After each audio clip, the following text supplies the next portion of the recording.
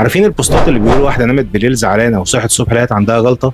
وانا جاي اسير الجدل النهارده واقول ان مفيش حاجه اسمها كده، لان دي اصلا مبدئيا مش جلطه، دي حاجه اسمها كدمه، والكدمه هي تغيير لون الجلد لون احمر مزرق كده شويه، وغالبا بتحصل نتيجه خبطه او ضربه، حتى ممكن تحصل من غير ما تاخد بالك، وده بسبب ان الشعرات الدمويه الصغيره بتتكسر نتيجه الخبطه دي، فبيتسرب منها شويه دم صغيرين يعملوا اللون الازرق ده، ونسبه حدوثها عند البنات الحقيقه اكتر بكتير من الولاد، لدرجه ان ممكن خبطه صغيره جدا هي ما تحسش بيها تعمل كدمه كبيره تبان تاني يوم، والحقيقه بالرغم من ان الخبطه هي السبب الاساسي الا ان ممكن بالفعل يحصل كدمه من غير خبطه او اصابه، زي مثلا اللي بيحصل لعيبه الكوره او الرياضيين او الناس اللي بتتمرن كتير في الجيم، وممكن برضو يكون عرض جانبي لبعض الادويه اللي بتزود نسبه السيوله، وفي بعض الامراض الحقيقه ممكن تزود السيوله تعمل كده، زي امراض الكبد مثلا. اما بقى حكايه ان الحزن بيجيب كدمات فده موضوع في غايه الندره، يعني مش كل واحده اتخانقت مع خطيبها عشان ما عزمهاش على سوشي، ولا واحده اتخانقت مع جوزها عشان ما جابش عيش وهو راجع، ولا ما خدش الزباله وهو نازل تحط بوستات من دي وتقول لك اصل بننام زعلانين بيصحى يبقى عندنا جلطات. بالراحه يا جماعه شويه، الموضوع مش كده.